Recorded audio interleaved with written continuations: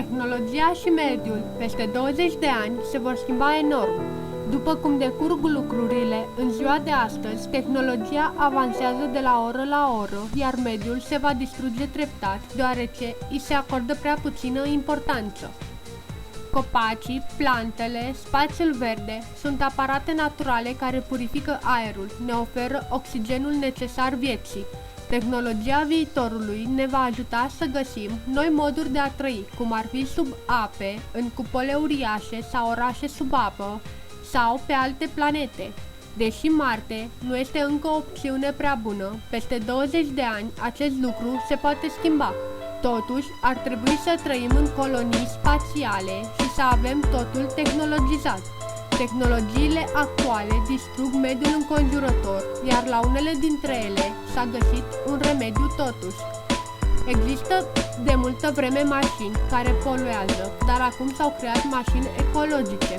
Dar pentru urbanizare, ce se poate face? Sau pentru radiații sau resursele naturale care se vor termina? Poate peste 20 de ani se va rezolva și această problemă. În viitor o să apară inteligența artificială, roboții vor fi folosiți pe o scară tot mai largă. Mașinile electrice le vor înlocui pe celelalte, vor fi utilizate noi forme de energii alternative, holograme, vaccinuri și tratamente pentru diferite boli. Se vor găsi nenumărate forme de a prelungi și ușura viața, dar mediul, ce se va face pentru el?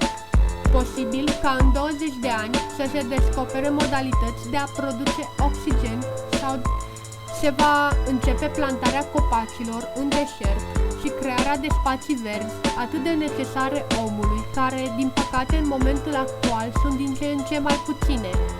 Dar stratul de ozon, care e atât de afectat de poluare, oare el se va reface în următorii 20 de ani? Eu nu cred acest lucru. Civilizații au dispărut din cauza distrugerii ecosistemului, au defrișat pădurile până nu au mai avut ce face.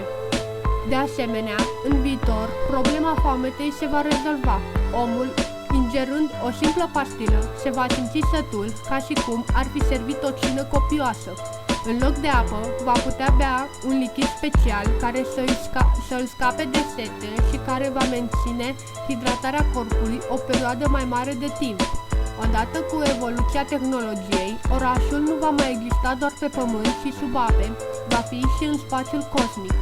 În concluzie, aș vrea să zic că viitorul sună bine, dar depinde de noi să-l menținem pe acest drum.